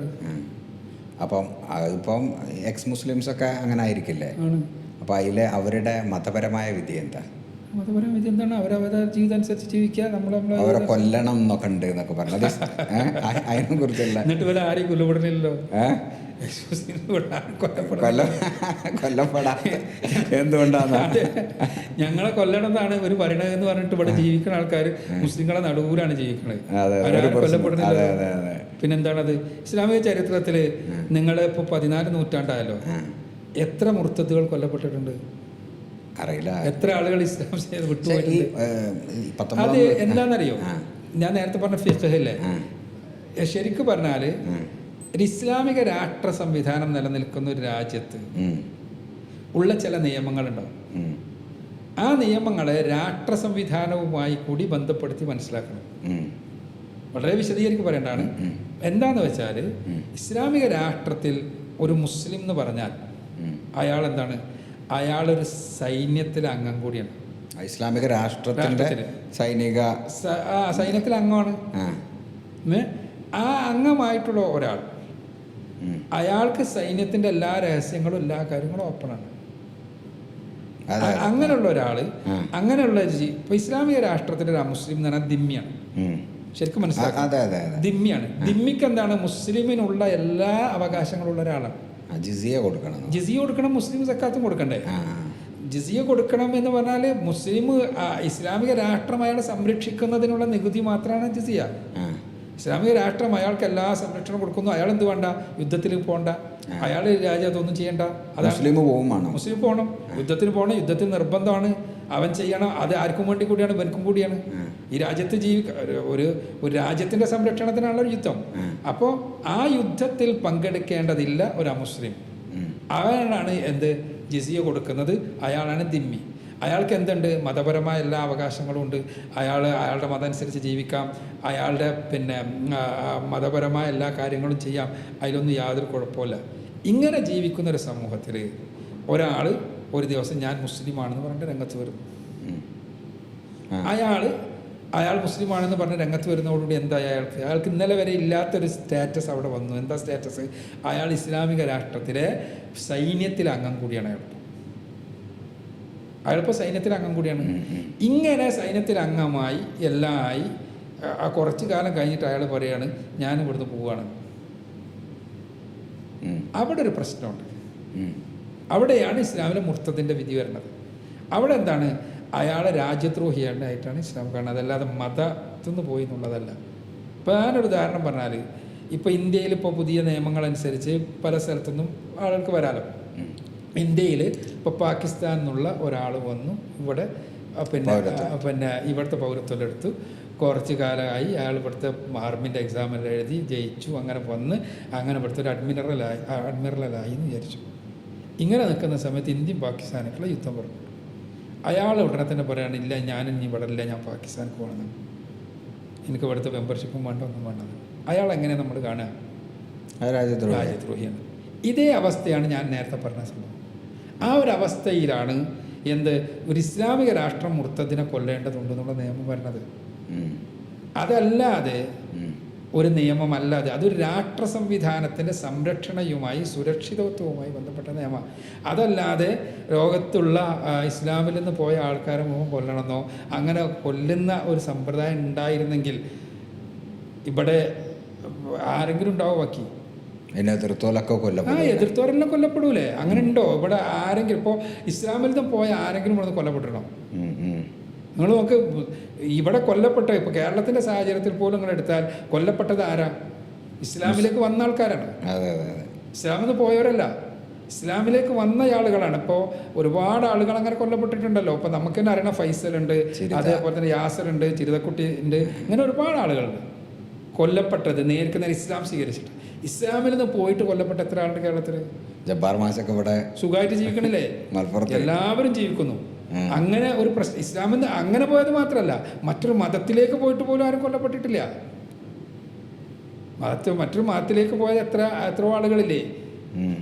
വിവാഹത്തിനാണെങ്കിലും വേറെ രൂപത്തിലാണെങ്കിലും ഇപ്പോൾ വിമർശിക്കാൻ വേണ്ടിയാണെങ്കിലും പോയ ആളുകളില്ലേ? അപ്പോൾ അത് അല്ല, അത് ഇസ്ലാമിക സമൂഹത്തിൽ ഇസ്ലാമിക രാഷ്ട്രവുമായി ബന്ധപ്പെട്ടൊരു നിയമമാണത്. അതിനെ ഇങ്ങനെ വെറുതെ ഒരു ജനാധിപത്യ സമൂഹത്തിൽ ആളുകളുടെ തെറ്റിദ്ധാരണ ഉണ്ടാക്കാൻ വേണ്ടി ഉപയോഗിക്കുകയാണ്. സത്യത്തിൽ അത് അവർ ചിലപ്പോൾ ഇസ്ലാമിനോടുള്ള വെറുപ്പ് കൊണ്ടായിരിക്കും ചെയ്യുന്നത്, പക്ഷെ അവർ ചെയ്യുന്ന ഭയങ്കര ദ്രോഹമാണ്. കാരണം എന്താണെന്ന് വെച്ചാൽ മുസ്ലിങ്ങളോടുള്ള വിരോധമാണ് അതുവഴി ഉണ്ടാവുക. അതിനാണ് ഇസ്ലാമോഫോബിയ എന്ന് പറയുക. ആ ഒരു ഭയവും വിരോധവും ഉണ്ടാക്കി കഴിഞ്ഞാൽ നമ്മുടെ സമൂഹത്തിലെ ഈ ഒരു സെക്കുലർ ഫാബ്രിക്കാണ് തകരുക. അത് തകർന്നാൽ നമ്മൾക്ക് ചിലപ്പോൾ ഇപ്പോൾ പ്രശ്നം ഉണ്ടാവില്ല, പക്ഷെ അടുത്ത തലമുറയെല്ലാം വലിയ ദുരിതങ്ങൾ അതുകൊണ്ട് സഹിക്കേണ്ടി വരും. അതുകൊണ്ട് അത്തരം സഹോദരന്മാരോട് നമുക്ക് പറയാനുള്ളത്, നിങ്ങൾ ഇസ്ലാമിനെ വിമർശിച്ചോ, പക്ഷേ ഇത്തരത്തിലുള്ള തെറ്റിദ്ധാരണ ഹെയ്റ്റ് ക്യാമ്പയിൻ നിങ്ങൾ നിർത്തുക എന്നാണ്. അപ്പം ഇനി ഇതിൽ ഒന്ന് രണ്ട് കാര്യങ്ങളിൽ പറഞ്ഞാൽ നമുക്ക് അവസാനിപ്പിക്കാം. ഒന്നിഞ്ഞുള്ളത്, ഇപ്പം ഈ ഷിയായിസത്തെക്കുറിച്ച് നിങ്ങൾക്ക് വലിയ ചരിത്രപരമായ ധാരണയല്ല നിങ്ങൾ പറഞ്ഞു. എന്നാലൊരു ചോദ്യം, ഇപ്പോൾ ഷിയ സുന്നി തർക്കങ്ങളുണ്ടല്ലോ, അവരുടെ ഒരു വിധിയൊക്കെ എന്താണ്? അവരെ മുസ്ലിമായിട്ട് കണക്കാക്കുന്നുണ്ടോ? എങ്ങനെയാണ്? തീർച്ചയായും ഷിയാക്കളും മുസ്ലിങ്ങളായിട്ട് എല്ലാവരും കണക്കാക്കണതല്ല. അത് മുസ്ലിം ലോകത്തുണ്ടായ ഒരു രാഷ്ട്രീയ ഭിന്നതയാണ് ഇതിൻ്റെ തുടക്കം. പക്ഷെ അത് ഒരു ആദർശപരമായ ഭിന്നതയിലേക്ക് പോയി. ഉസ്മാൻ റളിയല്ലാഹു അൻഹുവിൻ്റെ കാലഘട്ടത്തിലുണ്ടായ ശരിക്ക് സുന്നി പാരമ്പര്യങ്ങൾ പറയുന്നത് ജൂതന്മാരാണ് ഷിയായിസത്ത് ഉണ്ടാക്കിയെന്നാണ്. അബ്ദുല്ലാഹി ഇബ്നു സബ എന്ന ജൂതൻ മുസ്ലിം സമൂഹത്തിലേക്ക് വന്നു. ഇങ്ങനെ അലി റളിയല്ലാഹു അൻഹുവിനോടുള്ള ഹുബ്ബ് പ്രചരിപ്പിച്ചു. അങ്ങനെ ആ ഹുബ്ബിൻ്റെ അടിസ്ഥാനത്തിൽ ആളുകളെ ഭിന്നിപ്പിച്ചു. ഉസ്മാൻ റളിയല്ലാഹു അൻഹുവിനെതിരിൽ ആളുകളെ സംഘടിപ്പിച്ചു. അങ്ങനെയാണ് ഷിയായിസം എന്നുള്ളൊരു സാധനം ഉണ്ടായിരുന്നത്. പക്ഷേ അലി റളിയല്ലാഹു അൻഹുവിൻ്റെ കാലത്ത് അവർക്കെതിരായിരുന്നു അലി റളിയല്ലാഹു അൻഹു എന്നാണ് ചരിത്രം പറയുന്നത്. പിന്നീട് എന്താ വെച്ചാൽ അതിന് ശേഷം ആ ആളുകൾ എന്ത് ചെയ്തു വെച്ചാൽ അലി റളിയല്ലാഹു അൻഹുവും മുആവിയ റളിയല്ലാഹു അൻഹുവും തമ്മിലുണ്ടായിരുന്ന തർക്കങ്ങളും കാര്യങ്ങളിലും അതിൽ പെരുപ്പിച്ച് കാണിച്ച് അങ്ങനെ ഉള്ള ഒരു മുആവിയ റളിയല്ലാഹു അൻഹുവിൻ്റെ ഭരണകാലഘട്ടത്തിൽ ആ രൂപത്തിലുള്ള ഒരു സിസ്റ്റം ഉണ്ടാക്കി വരികയും അങ്ങനെ അതിൻ്റെ അടിസ്ഥാനത്തിൽ ഒരു വിഭാഗമായി മാറുകയും ചെയ്തത്. അപ്പോൾ ആദ്യകാലത്തെ പിന്നെ അലി മുആവിയ തർക്കങ്ങളിലും അല്ലെങ്കിൽ ഉസ്മാൻ റളിയല്ലാഹു അൻഹുവിൻ്റെ തർക്കത്തിലെല്ലാം സഹാബിമാരിൽ പല പക്ഷത്തുണ്ടായിരുന്നു. കാരണം സ്വാഭാവികമായിട്ടും സഹാബിമാരിൽ തന്നെ ചിലപ്പോൾ ഷിയ ആയിട്ട് അറിയപ്പെട്ട ആളുകളുണ്ടായിരുന്നു. അതിന് കാരണം ഷിയ ആയിട്ട് അറിയപ്പെടുക എന്ന് പറഞ്ഞാൽ ഇപ്പോഴത്തെ ഷിയാക്കളെ പോലെയാണ് അവർ എന്നല്ല അതിൻ്റെ അർത്ഥം. അന്നത്തെ പൊളിറ്റിക്കൽ ഇഷ്യൂവിൽ പൊളിറ്റിക്കൽ തർക്കത്തിൽ രണ്ട് വിഭാഗം ഉണ്ടായിരുന്നതാണ് അതിൻ്റെ അർത്ഥം. അതിൽ ഇന്നത്തെ ഷിയായിസത്തിൻ്റെ ഒരു വേരവിടെ കാണാമെന്നല്ലാതെ ഇന്നത്തെ ഷിയായിസത്തിൻ്റെ എല്ലാ അഖീദയും എല്ലാ ഫിഖ്ഹും എല്ലാം അവർക്കുണ്ടായിരുന്നു എന്നല്ല അതിൻ്റെ അർത്ഥം. അങ്ങുണ്ടായിരുന്നു. പക്ഷെ പിന്നീട് എന്താണെന്ന് വെച്ചാൽ അവർ വേറെ ഒരുപാട് അങ്ങോട്ടും ഇങ്ങോട്ടും പോയി ഒരുപാട് വിഭാഗങ്ങളുണ്ടായി. ഇന്ന് ഏറ്റവും പ്രബലമായ വിഭാഗം ഇപ്പോൾ ഇറാനത്തുള്ള ഇസ്ലാശ്രികളാണ്. അവരുടെ പല വീക്ഷണങ്ങളും ഏറ്റവും സുന്നി അഹ്ലുസുന്നൻ്റെ യോജിക്കാൻ പറ്റില്ല. പക്ഷേ മുസ്ലിം ലോകം അവരെ മുസ്ലിങ്ങളായിട്ടാണ് അംഗീകരിക്കുന്നത്. പിന്നെ മുസ്ലിമാണ് അവർ, പക്ഷേ സ്വാഭാവികമായിട്ടും അഭിപ്രായ വ്യത്യാസമുണ്ട് എന്നുള്ളതാണ്. അവർ നരകം സ്വർഗമൊന്നും നമ്മൾ പറയാൻ ആളല്ല. നരകം സ്വർഗം ഇപ്പം നമുക്ക് തന്നെ പറയാൻ പറ്റൂല. എനിക്ക് സ്വർഗമുണ്ടെന്ന് എനിക്ക് പറയാൻ പറ്റും, നിങ്ങൾക്ക് സ്വർഗമുണ്ടെന്ന് നിങ്ങൾക്ക് പറയാൻ പറ്റും. ഇസ്ലാമിൻ്റെ ഒരു പ്രത്യേകത കർമ്മശാസ്ത്ര വിധി എന്താ അവരുടെ വിഷയത്തിൽ? ഇപ്പം അവരെ പിന്തുടരാൻ പറ്റുമോ? നിസ്കാരത്തിൽ പിന്തുടരാൻ പറ്റുമോ എന്ന് ചോദിച്ചാൽ, ഒരാൾ നിസ്കരിക്കുമ്പോൾ അയാള് പിന്നെ ഏതാണ് വിഭാഗം നമുക്ക് അങ്ങനെ മനസ്സിലാക്കാൻ പറ്റുക? അപ്പം നമുക്ക് അറിയാം, ഇപ്പം നാട്ടില് നേർക്ക് നേരെ ഷിയ ആണെന്ന് പ്രഖ്യാപിച്ച എനിക്ക് തുടരാൻ പറ്റും. അതാണ് ഞാൻ പറയുന്നത്. നേർക്ക് നേരെ ഷിയ ആണെന്ന് പ്രഖ്യാപിക്കുകയും ആയിഷ റളിയല്ലാഹു അൻഹ കാഫറാണ്, പിന്നെ അവർ നരകത്തിലാണെന്ന് വിശ്വസിക്കുകയും ചെയ്യുന്ന ഒരാളാണെങ്കിൽ, അങ്ങനത്തെ ആളുകൾ നേരെ പ്രഖ്യാപിച്ച ഒരാളാണെങ്കിൽ അവരെ പിന്തുടരാൻ പറ്റൂല എന്നാണ് ഞാൻ മനസ്സിലാക്കുന്നത്. ഫിഖ് കേട്ടോ ഞാൻ മനസ്സിലാക്കണമെന്ന് ഞാൻ പറയണത് അതുകൊണ്ടാണ്. ഇതിൻ്റെ ഒരു മേഖല അല്ല അത്. കാരണം എന്താ വെച്ചാൽ നേർക്ക് നേരെ ഷിയ ആണെന്ന് സ്വയം പ്രഖ്യാപിച്ച ഒരാളെന്ന് പറഞ്ഞാൽ ആയിഷ കാഫറാണ് എന്ന് വിചാരിക്കണ ഒരാൾ ആയിഷ നരകത്തിലാണെന്ന് വിശ്വസിക്കുന്ന ഒരാളാണ്. അത് നമ്മളെ സംബന്ധിച്ചിടത്തോളം ആയിഷ റളിയല്ലാഹു അൻഹ എന്ന് പറഞ്ഞാൽ നമ്മുടെ മാതാവാണ്. പിന്നെ പ്രവാചകൻ സല്ലല്ലാഹു അലൈഹി വസല്ലമയുടെ ഒരു സ്വഹാബിയാണ്. അഹ്ലുസുന്നയുടെ ഒരു ഒരു ഒരു ഒരു റിസോഴ്സാണ്. കാരണം അഹ്ലുസുന്നയെ അംഗീകരിക്കുന്ന 2000-ലധികം ഹദീസുകളുടെ ഒരു റിസോഴ്സാണ് ആയിഷ റളിയല്ലാഹു അൻഹ. അപ്പോൾ അതുകൊണ്ട് തന്നെ ആയിഷ റളിയല്ലാഹു അൻഹ കാഫറാണ് എന്ന് വിശ്വസിക്കുന്ന ഒരാൾ അയാൾ പ്രഖ്യാപിക്കുന്നുണ്ടെങ്കിൽ തീർച്ചയായും തുടരാൻ പറ്റൂല എന്നുള്ളതാണ് ഞാൻ മനസ്സിലാക്കുന്നത്. ഇനി വ്യക്തിപരമായ ചോദ്യം എന്താ വെച്ചാൽ ഇപ്പോൾ കേരളത്തിൽ ഈ പീസ് സ്കൂളും ഇതൊക്കെ ആയിട്ട് ബന്ധപ്പെട്ട് കുറച്ച് വിവാദങ്ങളൊക്കെ ഉണ്ട്. അതിലിപ്പോൾ നിങ്ങളെ തീവ്രവാദി എന്ന് ഞാൻ തന്നെ വിളിച്ച് പ്രസംഗിച്ചിട്ടുണ്ട്. ഞാൻ അങ്ങനെയാണ് ലൈല, ഞാൻ ഇപ്പോൾ ഒരു കൺഫെഷനാണിത്. ഇപ്പോൾ നമ്മൾ അതിൻ്റെ ഒന്നും പ്രത്യാഘാതങ്ങൾ മനസ്സിലാക്കാതെയാണ് എന്നൊക്കെ പ്രസംഗിച്ചത്. ഞാൻ പിന്നെ ലൈലത്താക്ക് ഞാൻ തന്നെ തിരുത്തി പ്രസംഗം അയച്ചു കൊടുത്തിട്ടുണ്ട്. അതിന് എങ്ങനെയാണ് അങ്ങനത്തെ ഒരു ലേബൽ കിട്ടുന്നത്? അതിനോടുള്ള പ്രതികരണം നിങ്ങളെ രൂപപ്പെടുത്തിയ ഒരു പശ്ചാത്തലൂടെ അതിൽ പറയാൻ പറ്റുകയാണെങ്കിൽ കുറച്ചുകൂടി നല്ല. യഥാർത്ഥത്തിൽ എന്താണെന്നറിയോ, ശരിക്കും പറഞ്ഞാൽ ഞാൻ നേരത്തെ പറഞ്ഞു അന്തമാൻ കാലം, അത് അന്ന് ഞാൻ എഴുതിയൊരു പുസ്തകമുണ്ട്, ഫാഷിസം വളരുന്ന വഴി എന്നിട്ട്. ആ പുസ്തകത്തിൽ ഞാൻ പറയുന്നൊരു പോയിന്റ് ഉണ്ട്. ഇവിടെ മുസ്ലിങ്ങളെ ഹിന്ദുക്കളെയെല്ലാം ഭിന്നിപ്പിക്കുകയും അത് അങ്ങനെ ഇസ്ലാമിനെ തെറ്റിദ്ധരിപ്പിക്കുകയും ചെയ്യാൻ വേണ്ടി ഇസ്ലാമിൻ്റെ ശത്രുക്കളുടെ പരിശ്രമങ്ങളിൽ ഒന്നാണ് മുസ്ലിങ്ങളെ തീവ്രവാദികളാക്കുക എന്ന് ഞാൻ അതിൽ പറയുന്നുണ്ട്. വർഷങ്ങൾക്ക് മുമ്പ് ബാബരി മസ്ജിദ് പൊളിയതിന് മുമ്പാണ് എൻ്റെ പുസ്തകം എഴുതുന്നത്. ബാബരി മസ്ജിദ് പൊളിയതിന് മുമ്പാണ്. അന്ന് ആളുകൾക്ക് അറിയിട്ടില്ലായിരുന്നു, അന്ന് അറിയൂലായിരുന്നു. അന്ന് കേരളത്തിൽ പല സ്ഥലങ്ങളിലും നടന്ന് പ്രസംഗിച്ച ഒരാളാണ് ഞാൻ. പിന്നെ ഇത് ഇസ്ലാം തീവ്രവാദമല്ലാന്നുണ്ട്. ഇവിടുത്തെ ചില തീവ്രവാദികളായിട്ട് പിൽക്കാലഘട്ടത്തിൽ അറിയപ്പെട്ട ഗ്രൂപ്പുകൾ അതുണ്ടായി വരുന്ന കാലത്ത് ഈ പുസ്തകവും ഇതിനെതിരെ സമൂഹത്തിൽ നടന്ന് സംസാരിക്കുകയും ചെയ്തതാണ് ഞാൻ. പിന്നെ ഇവിടെ തീവ്രവാദികളുടേതായ ചില ആക്ഷൻസ് ഉണ്ടായപ്പോൾ, ഉദാഹരണത്തിന് കൈവെട്ട് കേസ് ഉണ്ടായി, അന്നൊരു പുസ്തകം തന്നെ ആ വിഷയത്തിൽ എഴുതിയാണ് ഞാൻ. ഇത് തന്നെ അത് ഇസ്ലാമികമല്ല എന്നുള്ളത്. പിന്നെ പറയുന്ന ആൾക്കാരെ മുഴുവൻ കൈവെട്ടാന്നുള്ള ഇസ്ലാം പഠിപ്പിച്ചിട്ടില്ലല്ലോ. റസൂലുള്ളാഹി സ്വല്ലല്ലാഹു അലൈഹി വസല്ലമനെ ഏറ്റവും അധികം വെറുത്ത് വിമർശിച്ച് സംസാരിച്ച ആളുണ്ട്, അത് സുഹൈൽ ഇബ്നു അംർ റളിയല്ലാഹു അൻഹു. അയാൾ റസൂലുള്ളാഹി സ്വല്ലല്ലാഹു അലൈഹി വസല്ലമ പോണ സ്ഥലത്ത് മുഴുവൻ പരിഹാസവുമായി നടന്നിരുന്ന ആളാണ്. അങ്ങനെ അദ്ദേഹം മദീനയിൽ പിടിക്കപ്പെട്ടു. ഏത് യുദ്ധത്തിന് വന്നിട്ട് ഇവിടെ ബദറിൽ മദീനയിൽ യുദ്ധത്തിൽ പിടിക്കപ്പെട്ടപ്പോൾ അദ്ദേഹത്തെ അടക്കമുള്ള എല്ലാ ബന്ദികളെയും വെറുതെ വിടാൻ റസൂലുള്ളാഹി തീരുമാനിച്ചു. അപ്പോൾ ഉമർ വന്നിട്ട് റസൂലുള്ളാഹിനോട് പറയുന്നുണ്ട്, ആ സുഹൈലുണ്ടല്ലോ അവൻ്റെ നാവ് പിഴുതെടുക്കാൻ വേണ്ടി റസൂൽ അനുവദിച്ചാൽ അങ്ങനെ ഞാൻ ചെയ്യുമായിരുന്നു. അപ്പോൾ റസൂലുള്ളാഹി പറഞ്ഞെന്താ അറിയോ, ഉമറെ, ഒരാളെയും അംഗവിച്ഛേദം ചെയ്യാൻ അല്ലാഹു എന്നോട് കൽപ്പിച്ചിട്ടില്ല. ഉമർ, നീ ഇഷ്ടപ്പെടുന്ന ഒരു കാര്യം സുഹൈലിൽ നിന്ന് ഉണ്ടാവില്ല എന്ന് നിങ്ങൾക്ക് എങ്ങനെ പറയാൻ പറ്റുക? കാലം കഴിഞ്ഞു, പിന്നെയും പല കാര്യത്തിലും ഇസ്ലാമിനെതിരെയുള്ള സുഹൈൽ ഇബ്നു അംർ വന്നു. ഇപ്പോൾ സുഹൈൽ ഇബ്നു അംറിനെ നിങ്ങൾക്ക് ശരിക്കും മനസ്സിലാവണമെങ്കിൽ ഇസ്ലാമിക ചരിത്രം പരിശോധിച്ചാൽ മറ്റേ ഇതില്ലേ ഹുദൈബിയ സന്ധിയിൽ മക്ക മുശ്രിക്കുകളുടെ പക്ഷത്ത് വന്നാണ് സുഹൈൽ ഇബ്നു അംർ. അങ്ങനെയുള്ള സുഹൈൽ ഇബ്നു അംർ പിൽക്കാലഘട്ടത്തിൽ ഇസ്ലാം സ്വീകരിച്ചു. റസൂലുള്ളാഹിയുടെ കാലത്ത് തന്നെ. ഉമർ റളിയല്ലാഹുവിന്റെ കാലത്ത് സുഹൈൽ നല്ല പ്രഭാഷകനായിരുന്നു. അതായത് പറഞ്ഞ റസൂലുള്ളാഹി പ്രസംഗിക്കുന്നിടത്ത് പോയിട്ട് ഈ റസൂലുള്ളാഹി പിന്നെ മക്കയിൽ ഉക്കാള ചന്തയിൽ പോയിട്ട് പ്രസംഗിക്കും, ഖുർആന്റെ ആയത്തുകൾ ഓതി കൊടുക്കും ആളുകൾക്ക്. അപ്പോൾ അതിൻ്റെ അടുത്ത് തന്നെ വന്നിട്ട് മൂപ്പര് നല്ല പ്രഭാഷകനാണ്, പ്രവാചകനെയും ഖുർആനെല്ലാം കളിയാക്കി പ്രസംഗിക്കലായിരുന്നു ഇയാളെ പണി, ഈ സുഹൈലിൻ്റെ. ആ സുഹൈൽ പിന്നെ ഉമർ റളിയല്ലാഹുവിന്റെ കാലത്ത് ഏറ്റവും നന്നായി ഒരു യുദ്ധത്തിന് പോകാൻ വേണ്ടി മടിച്ചു നിൽക്കുന്ന ആളുകളെ പ്രചോദിപ്പിക്കാൻ വേണ്ടി സുഹൈൽ നടത്തിയൊരു പ്രസംഗമുണ്ട്. ആ പ്രസംഗം കേട്ടപ്പോൾ ഉമറിന് ഓർമ്മ വന്നു റസൂലുള്ളാഹി സ്വല്ലല്ലാഹു അലൈഹി വസല്ലം പറഞ്ഞത്. അതാണ് ഇസ്ലാം. ഇസ്ലാം ഒരാളുടെയും കയ്യും കാലും വെട്ടാനോ ഇസ്ലാം എതിർത്ത് പ്രവാചകനെ നേരിട്ട് തെറി പറഞ്ഞ ആളാണ് ഇത് പറഞ്ഞത്, പിന്നെ പറഞ്ഞില്ലല്ലോ. അപ്പോൾ അതിനെതിരെ നമുക്ക് എഴുതിയ ആളത്. അത് ഞാൻ പറഞ്ഞു വന്നത്. അങ്ങനെ ആ രൂപത്തിൽ ഇസ്ലാമിക പ്രബോധനത്തിനും ഇസ്ലാമിക സമൂഹത്തിനും അപകടകരമാണ് തീവ്രവാദം എന്ന് ആത്മാർത്ഥമായി വിശ്വസിക്കുന്ന ആളാണ്. അല്ല വെറുതെ ഒരു പോളിഷിന് വേണ്ടി പറയണല്ല, ആ രൂപത്തിൽ തന്നെ കൊണ്ടുവന്നതാണ്. പക്ഷേ സ്വാഭാവികമായിട്ടും ഒരാളിഷ്ടമില്ലെങ്കിൽ ഏറ്റവും നല്ലത് എന്താ വെച്ചാൽ തീവ്രവാദിയാക്കുക, ഭീകരവാദിയാക്കുക. എന്തുകൊണ്ടായിരിക്കും നിങ്ങളെ ഇഷ്ടമല്ലാന്ന് ചെയ്യുന്ന പ്രബോധന പ്രവർത്തനങ്ങളായിരിക്കണം. പിന്നെ അതിൻ്റെ ഇടയ്ക്ക് ഞങ്ങൾ സ്കൂളുകൾ വന്നല്ലോ, അതുകൂടി പറയേണ്ടതുണ്ടെന്ന് തോന്നുന്നു. പീസ് സ്കൂളുകൾ വന്നു. പീസ് സ്കൂളുകളുടെ ഒരു ലക്ഷ്യം തന്നെ എന്താണെന്ന് വെച്ചാൽ പിന്നെ ഒരു പ്രധാനപ്പെട്ട ലക്ഷ്യം ഞാൻ പറഞ്ഞുകൊണ്ട് തന്നെ ഉള്ളതായിരുന്നു, excellent secular education in Islamic environment എന്നുള്ളത്. അഥവാ ഇസ്ലാമികമായ അന്തരീക്ഷത്തിൽ ഇസ്ലാമിക മൂല്യങ്ങളെ ത്യജിക്കാതെ തന്നെ നല്ല ഭൗതിക വിദ്യാഭ്യാസം കൊടുക്കുക എന്നുള്ളതായിരുന്നു പീസ് സ്കൂളുകളുടെ ലക്ഷ്യം. ആദ്യം നമ്മൾ മംഗലാപുരത്ത് തുടങ്ങി, പിന്നെ കേരളത്തിൽ മൊത്തത്തിൽ 10 സ്കൂളുകളുണ്ടായി, കേരളത്തിന് പുറത്ത് 2 സ്കൂളുകളുണ്ടായി, അങ്ങനെ നല്ല നിൽക്കുന്നൊക്കെയായിരുന്നു. ഈ സ്കൂളുകളുടെ പ്രത്യേകത നമ്മളിപ്പോഴെല്ലാം ഇപ്പോഴത്തെ വിദ്യാഭ്യാസ നയങ്ങളുണ്ടല്ലോ, അവർ പറയണതെല്ലാം എന്താണ്, വെറും വിദ്യാഭ്യാസം എന്ന് പറഞ്ഞാൽ വിജ്ഞാനമല്ല, അറിവല്ല കൊടുക്കേണ്ടത്, സ്കിൽസ് ഡെവലപ്പ് ചെയ്യാനാണ്. നമ്മൾ ഈ 10-25 കൊല്ലങ്ങൾക്കും 20 കൊല്ലങ്ങൾക്ക് മുമ്പ് സ്കിൽസ് ഡെവലപ്പ് ചെയ്യുവാനുള്ളൊരു സിസ്റ്റം ഡെവലപ്പ് ചെയ്തു. അങ്ങനെ നമ്മുടെ സ്കൂളുകൾ അൽഹംദുലില്ലാ മറ്റുള്ള എല്ലാ സ്കൂളുകളെയും മത്സരിക്കാൻ കഴിയുന്ന ഒരു നിലവാരത്തിലേക്ക് ഉയർന്നു. അതായിരുന്നു അന്നുണ്ടായത്. അപ്പോൾ പിന്നെ സ്വാഭാവികമായിട്ടും ഈ സ്കൂൾ ഇതെല്ലാം കച്ചവടമാക്കിയ ആളുകൾക്ക് സ്വാഭാവികമായിട്ടും ഉണ്ടാകാവുന്ന പ്രശ്നമായിരിക്കാം. എറണാകുളത്താണ് ഇത് പ്രശ്നം ഉണ്ടായത്. എറണാകുളത്തെ സ്കൂളായിരുന്നു നമ്മളെ ഏറ്റവും നല്ല സ്കൂൾ.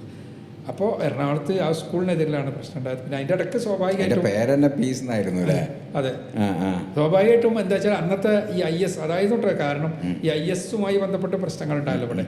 അപ്പോൾ അതിൽ നമ്മൾ 1-2 സ്റ്റാഫ് കേരളത്തിൽ നിന്ന് പുറത്തേക്ക് പോയി എന്നുള്ള ഒരു ന്യൂസിൻ്റെ അടിസ്ഥാനത്തിലാണ് ഇതുണ്ടായത്. അല്ല, അങ്ങനെ ഒരു ടീച്ചിങ്സ് എന്തെങ്കിലും നിങ്ങളെ ഭാഗത്തുനിന്ന് ഉണ്ടായിട്ടുണ്ട്? ഇല്ലാന്ന് മാത്രമേ, അതിനെതിരായിരുന്നു നമ്മൾ. അതുകൊണ്ടാണ് അവർ പോയത്. അപ്പം അതല്ല, ഈ സലഫി ധാരയാണ് ഇതിന് കാരണമായത് എന്നുള്ളൊരു പൊതുവെ അഭിപ്രായം ഉണ്ടല്ലോ. എന്ന് പറഞ്ഞാൽ മറ്റുള്ളവരോടും ഇപ്പോൾ വല ബറ എന്നൊക്കെ പറഞ്ഞ് മറ്റുള്ളവരോട് മിങ്കിൾ ചെയ്യരുത്, മറ്റുള്ള സൊസൈറ്റികളിൽ നമ്മൾ ഇടപെടരുത്, അങ്ങനെയൊക്കെ ഒരു വാദമൊക്കെ അക്ബർ സാഹിബിനുണ്ടോ? അങ്ങനെ ഉണ്ടെങ്കിൽ നമ്മൾ ഇടപെടൂലോ. ഞാൻ പറഞ്ഞല്ലോ, നമ്മുടെ സ്കൂളുകളിൽ തന്നെ 60% നോൺ മുസ്ലിം സ്റ്റാഫായിരുന്നു അന്നും ഇന്നും. ഇപ്പം ആ സ്കൂളുകളായിട്ട് നിങ്ങൾക്ക് ബന്ധമുണ്ട്? അപ്പോൾ ഞാൻ സ്കൂളിലില്ല, എല്ലാ സ്കൂളുകളിലും നമ്മൾ 10 കൊല്ലത്തേക്കായിരുന്നു ആ സ്കൂളുകളായിട്ട് ഉണ്ടായിരുന്നത്. കരാറിൻ്റെ പോയൊരു വിട്ടു, എല്ലാം സ്വതന്ത്രമാണ്. അല്ല, എപ്പോഴും അന്നും നമ്മൾ നടത്തുന്ന സമയത്തും സ്കൂളുകളിലെ സ്റ്റാഫിൽ 60%-ലധികം നോൺ മുസ്ലിംസ് ആയിരുന്നു. അതിൻ്റെ ഒരു എക്സ്റ്റൻഷനിലാതിരുന്നത് ഈ പ്രശ്നം കൊണ്ടോ? ഈ പ്രശ്നം ഉണ്ടായതുകൊണ്ടാണ് നമ്മൾ ആ ഒരു പദ്ധതി ആക്കിയ പ്രോജക്റ്റ് നിർത്തിയത്. ഇപ്പം എന്താണ് ചെയ്തുകൊണ്ടിരിക്കണേ? ഇപ്പം അക്ബർ സാഹിബിൻ്റെ കോൺട്രിബ്യൂഷൻ ഇപ്പം എന്താ വെച്ചാൽ ഒന്നും കേൾക്കുന്നില്ല, അതുകൊണ്ട് അറിയാൻ ആൾക്കാർക്ക് സോഷ്യൽ മീഡിയയിലുണ്ട് ഒന്നത്. പിന്നെ എഴുത്താണ് ഇപ്പോൾ പ്രധാനമായിട്ട് ശ്രദ്ധിച്ചുകൊണ്ടിരിക്കുന്നത്. ഇപ്പോൾ ഞാൻ മലപ്പുറം ജില്ലക്കെതിരെയുള്ള ഒരു ഇതുണ്ടല്ലോ, മലപ്പുറം ജില്ലയെക്കുറിച്ചുള്ള ഒരു ക്യാമ്പയിനിങ് ഉണ്ടല്ലോ, കുറേ കാലമായിട്ട് നടക്കുന്നത്. അതിൻ്റെ ചരിത്രപരമായ വേരുകൾ അന്വേഷിച്ചുകൊണ്ടുള്ള ഒരു പഠനത്തിലാണ് ഞാൻ. അപ്പോൾ അവർ നല്ല പഠനമായിരിക്കും ഞാൻ പ്രതീക്ഷിക്കുന്നത്. അതിലാണ് ഞാൻ ദുബായിലാണ് ഇപ്പോൾ ഉള്ളത്. ഞാൻ അവിടെ പിന്നെ ഖത്തറിലൊരു ചെറിയ ബിസിനസ് ചെയ്യുന്നു. ആ രൂപത്തിലാണ് ഇപ്പോൾ എൻ്റെ ജീവിത രീതി. മുമ്പ് അങ്ങനെ തന്നെയാണ് ഞാൻ. നിങ്ങളെ ഈ അപ്പോൾ ഈ സെക്കുലർ പശ്ചാത്തലം എന്ന് പറഞ്ഞാൽ ഈ പരപ്പനങ്ങാടി ജീവിക്കും വള്ളങ്ങൾ ഇതൊരു അയൽവാസിയെ കുറിച്ച് പറഞ്ഞല്ലോ, അത് കുറച്ചുകൂടി വിശാലമായി. അത് ഞാൻ പറഞ്ഞല്ലോ. അപ്പോൾ എന്താ വെച്ചാൽ ഇപ്പോൾ എൻ്റെ ഉപ്പ ഭരതേട്ടൻ, ഇവർ 2 പേരും അടുത്ത സുഹൃത്തുക്കൾ. അവർ 2 പേരും ഉച്ചക്ക് വരുമ്പോൾ, ഞാൻ എൻ്റെ ചെറുപ്പത്തിലെ കാഴ്ച പറയണം, ഉച്ചക്ക് 2 അയൽവാസി പിന്നെ ഒന്നിച്ചാണ് വരിക. ഒന്നിച്ച് വന്നിട്ട് പിന്നെ ആ വരമ്പത്ത് വെച്ചിട്ട് പിരിയണ ഒരു രംഗത്ത് നിന്നാണ് നമ്മൾ ഈ ലോകം കാണാൻ തുടങ്ങുന്നത്. അഥവാ അവർ സുഹൃത്തുക്കളായി വന്ന് അവിടേക്ക് പോകുന്നു, ഇവിടേക്ക് പോകും. അവരെ വീട്ടിലുള്ള കുട്ടികളെല്ലാം നമ്മുടെ വീട്ടിലുണ്ടാവുന്നു, ഞങ്ങൾ അവിടെ പോകും. അങ്ങനെ ജീവിച്ചാണ് അവസാനം ഞങ്ങളെ വീട് അവർ വിലക്കെടുത്തിട്ടാണ് ഞങ്ങളവിടുന്ന് പോരുന്നത്. ശരി, അവർക്ക് വിലക്ക് കൊടുത്തിട്ടാണ് പോരുന്നത്. ശരി. അപ്പോൾ അത് ആ രൂപത്തിലുള്ള സൗഹൃദത്തിൻ്റെയും സ്നേഹത്തിൻ്റെയും ഒരു പശ്ചാത്തലത്തിലാണ് നമ്മൾ വളരുന്നത്. ആ ഒരു രൂപത്തിൽ തന്നെയാണ് സമൂഹത്തെ നമ്മൾ കണ്ടതും നമ്മൾ ബന്ധപ്പെട്ടതും കാര്യങ്ങൾ പോയതും. ഞാൻ പറഞ്ഞല്ലോ, ഇപ്പോൾ നമ്മൾ സ്കൂളുകൾ തുടങ്ങുമ്പോൾ പല സ്കൂളുകളുടെയും ഹെഡ് നോൺ മുസ്ലിം ടീച്ചേഴ്സായിരുന്നു. അവർക്ക് ആർക്കെങ്കിലും എന്തെങ്കിലും ആ രൂപത്തിലുള്ള അനുഭവങ്ങൾ ഉണ്ടായിട്ടുണ്ടോ എന്ന് അന്വേഷിച്ച് എപ്പോഴും അറിയാൻ പറ്റും. അപ്പോഴേ ഡിപ്പാർട്ട്മെൻറ്റും എല്ലാം അന്വേഷിച്ചിട്ടുണ്ട്, അങ്ങനെയൊന്നുമില്ല. പക്ഷെ നമ്മൾ എന്താ വെച്ചാൽ, നമ്മൾ തീവ്രവാദത്തെ എതിർക്കുന്നു എന്ന് പറഞ്ഞാൽ അത് കേവലം ഒരു എതിർക്കുന്നു എന്നുള്ളൊരു ഇമേജ് ഉണ്ടാക്കാനല്ല, മറിച്ച് എന്താ വെച്ചാൽ അത് ഇസ്ലാമികമല്ല എന്നുള്ള പൂർണ്ണ ബോധ്യം കൊണ്ടാണ്. അത് തെറ്റാണ്, അത് ആത്മഹത്യപരമാണ്, ഇസ്ലാം അത് പഠിപ്പിച്ചിട്ടില്ല. എൻ്റെ പൂർണ്ണ ബോധ്യം എന്താണെന്ന് വെച്ചാൽ, തീവ്രവാദത്തിന് വേണ്ടി ഒരാൾ ആയുധെടുത്ത് പോരാടിയിട്ട് മരണപ്പെടുകയാണെങ്കിൽ അയാൾ ഇസ്ലാമികമായി ശരിയായ മരണമല്ല എന്നുള്ളത് തന്നെയാണ് ഞാൻ വിശ്വസിക്കുന്നത്. ഞാൻ വിശ്വസിക്കുന്നത് അതാണ്. അത് ഞാൻ പ്രസംഗിക്കാറുണ്ടോ ഇല്ല എന്നുള്ള വേറെ വിഷയം. ഞാൻ വിശ്വസിക്കുന്നത് അതാണ്. അത് തീവ്രവാദത്തിന് വേണ്ടിയാണ് ഒരാൾ പിന്നെ ആയുധെടുത്തിട്ട് പോരാടുന്നതെങ്കിൽ, കാരണം ഇസ്ലാം അത് പഠിപ്പിച്ചിട്ടില്ല. അതുകൊണ്ട് ഉസാമ ബിൻ ലാദന്റെ വിധി എന്താവും? ഉസാമ ബിൻ ലാദന്റെ വിധി എനിക്കറിയില്ല. ഞാൻ പറഞ്ഞത് എൻ്റെ വിധി തന്നെ എനിക്കറിയില്ല. പക്ഷെ അയാൾ ചെയ്തത് ഏതായിരുന്നാലും അത് ചെയ്തിട്ടുണ്ടെങ്കിൽ, അയാൾ ചെയ്തു എന്ന് പേര് പറയുന്ന സംഗതികൾ ചെയ്തിട്ടുണ്ടെങ്കിൽ ഇസ്ലാമികല്ല, സംശയമൊന്നുമില്ല. ഇസ്ലാമികല്ല. പക്ഷെ അപ്പം ഈ പല മുസ്ലിം വേൾഡിലേക്ക് മയ്യത്തസ്കാരമൊക്കെ നടന്നവക്കല്ലേ?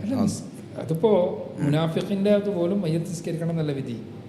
ഒരാൾ മുസ്ലിമായി അറിയപ്പെടുന്ന ഒരാളുടെ മയ്യത്ത് നിസ്കരിക്കണം എന്നാ വിധി. ഇപ്പം ഞാൻ പറഞ്ഞപ്പോൾ നിങ്ങൾ ശ്രദ്ധിച്ചിട്ടുണ്ടാവും, അയാൾ ചെയ്തതായി ലോകം പറയുന്നതാണ്. അതെ അതെ അതെ, അതല്ലാതെ അയാൾ ചെയ്തോന്ന് നമുക്ക് അറിയില്ലല്ലോ. അതെ അതെ അതെ, സാമ്രാജ്യത്വം പറയണതെല്ലാം നമ്മുടെ കയ്യിലുള്ളൂ. അപ്പൊ അത് വെച്ചിട്ടാണ് ഞാൻ പറയുന്നത്. അതല്ലാതെ അയാൾ ചെയ്തത് അള്ളാഹ്ക്കാണ് അറിയുന്നത്. അള്ളാഹാണ് അയാളെ കാര്യത്തിൽ വിധിക്കുക. ഞാൻ അയാളെ സ്വർഗത്തിലാക്കാനുമില്ല നരകത്തിലാക്കാനും. ഞാൻ എന്നെ തന്നെ എങ്ങനെ സ്വർഗത്തിലെത്തിക്കാന്ന് ഇടങ്ങാറായിക്കൊണ്ടിരിക്കുന്നത്. അതില് വിധി പറയാൻ അതില് കർമ്മശാസ്ത്ര വിധി ഞാൻ ചോദിച്ചു. കർമ്മശാസ്ത്രം തന്നെ ഇതാണ്, ഒരാള് മുസ്ലിം ആണെന്ന രൂപത്തിൽ മരണപ്പെട്ട് കഴിഞ്ഞാൽ അയാളെ മുസ്ലിം എന്നുള്ള രൂപത്തിൽ പരിഗണിക്കുന്നുള്ളതാണ് കർമ്മശാസ്ത്രം. അഥവാ അയാൾക്ക് മയ്യത്ത് നിസ്കരിക്കണം. ഇപ്പോൾ ആത്മഹത്യ വലിയ പാപമാണ് അല്ലേ? ആത്മഹത്യ ചെയ്തയാൾ കാഫറായിട്ടാണ് മരിക്കുന്നത് എന്നാണ് റസൂലുള്ളാഹി സ്വല്ലല്ലാഹു അലൈഹി വസല്ലം പറഞ്ഞത്. പക്ഷേ അയാളൊരു ആത്മഹത്യ ചെയ്താൽ അയാളെ വിധി എന്താ? കർമ്മശാസ്ത്ര വിധി എന്താ വെച്ചാൽ അയാൾ മുസ്ലിമാണ്. അയാൾ മുസ്ലിം കബർസ്ഥാനിൽ നിസ്കരിക്കണം, മുസ്ലിം മയ്യത്ത് നിസ്കരിക്കണം, അതെല്ലാം ചെയ്യണം. കാരണം അവിടെയും എന്താണ്, അയാൾ എന്തുകൊണ്ടാണ് ആത്മഹത്യ ചെയ്തത് നമുക്കറിയില്ല.